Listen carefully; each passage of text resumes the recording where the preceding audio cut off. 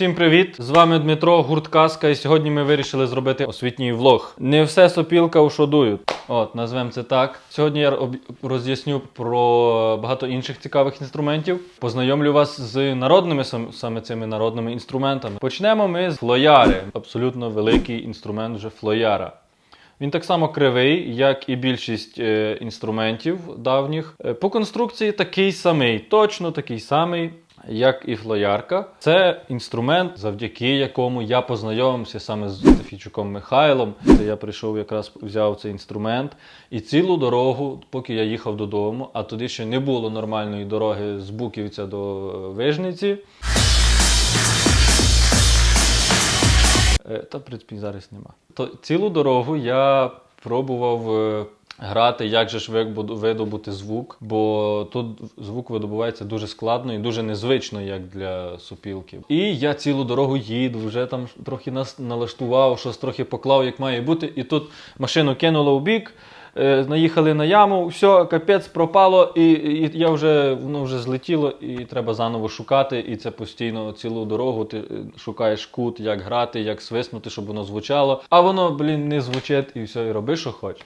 Словом, поки я доїхав додому, я вже один звук я вмів видобувати. Того це вже було для мене досягнення. З часом я трошки вже навчився на ньому грати. Репертуар флояри дуже, він такий архаїчний. Діди собі грали вдома коло хати, домашнє музикування і так далі. Грали на похороні. Оце, до речі, один з інструментів, який проводжав людину в останню путь. Обряд такий при тілі гралося на флоярі. Гралося дуже сумних мелодій.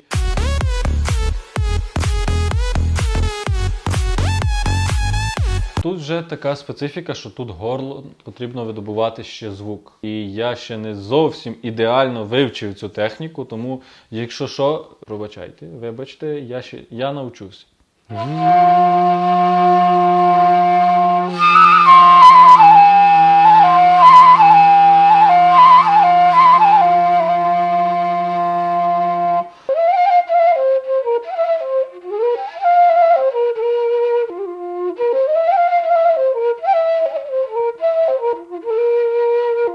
Флояра. Ідемо далі. Схожий по довжині, також сучасний інструмент роботи вінницького майстра. Цю тилинку він зробив на замовлення. Вже я собі придумав таку забаганку, щоб вона розбиралась. Можна було її в рюкзаку спокійно помістити і їхати виступати за кордон. До речі, про поїздки за кордон. Сопілки не дуже громісткі і їх дуже легко транспортувати. Тому коли Нікіта таскає свої рюкзаки, валізи з різними електронними примочками, я просто з рюкзачком собі йду по терміналу і нічого не переживаю, бо в мене повністю все в рюкзаку. Цей інструмент колись виготовлявся з вербової кори. Старші чоловіки, діди, ще навіть мій дід, він знімав кору з верби весною, коли вона ще волога, коли вона легко знімається. Кора висихала і таким чином робився інструмент. Тут звук видобувається виключно за допомогою передуття, тобто сильної і слабкої подачі повітря. І одним пальцем. Взагалі це найбільш доступний інструмент з сопілкових, найлегше на ньому навчитися грати.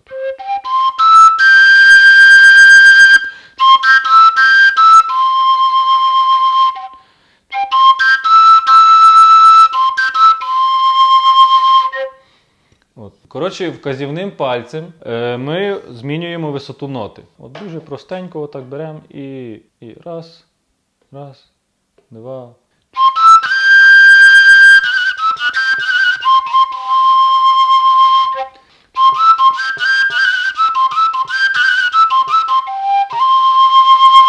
Тилинка.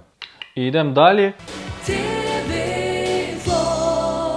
Якщо ви турбуєтеся за своє здоров'я і робите допізна на роботі, вертаєтеся додому вночі, то задля безпеки, виключно задля безпеки, кавал саме для вас. Він достатньо грубий, достатньо міцний, щоб відбиватися від нападників. Але на ньому можна грати, тому забудьмо про це все насилля і так далі. І творимо музику. Молдавський кавал. Інструмент дуже класний, він звучить в пісні «Мало». Мені тебе так мало, мало, мало. Я трохи політала, потім впала.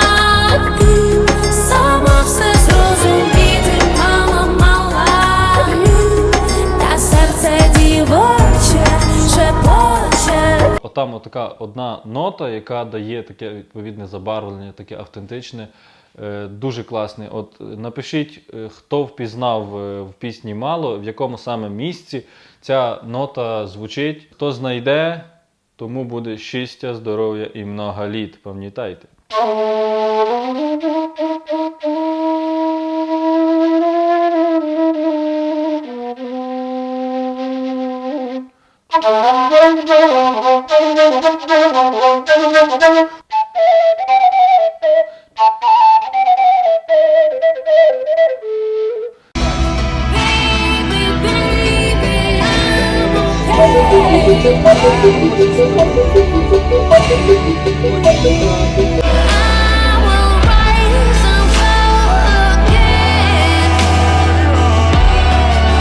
Це велика гілка, патик, і оце все вимагає дуже багато повітря, тому доводиться щоками додавати тиск повітря. Дуже класне звучання, вібрації дуже класно впливають на організм. От раджу обов'язково кавал. Хто любить такі всякі медитації, так само і дримбу, вони дуже так заспокоюють, такий якийсь релаксуючий, мають в собі якийсь такий складник. В принципі, майже все я вам показав. Лишився один дуже цікавий інструмент, який називається окарина. Виготовляється з глини. Такі інструменти в давнину побутували по всій Україні і використовувались. Спочатку це був свисток, були такі пташечки, соловейки. От хто гуляє на Хрещатику, там, знаєте, є такий чоловік, який постійно продає оцих соловейків.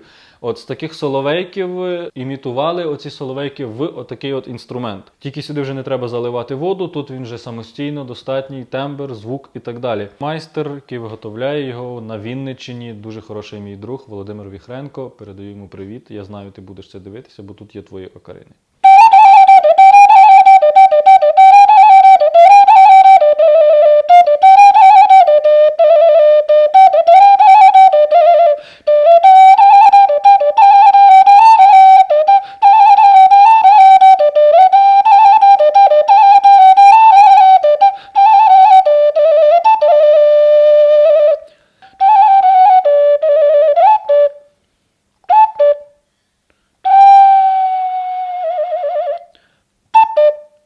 Часто використовується для імітації пташок і дуже таких різних забавок. Але, в принципі, самодостатній інструмент.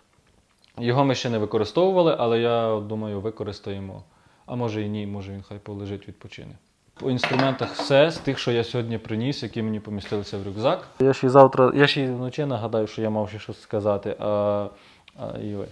Стосовно всіх нових дат нашого туру, слідкуйте на нашому сайті.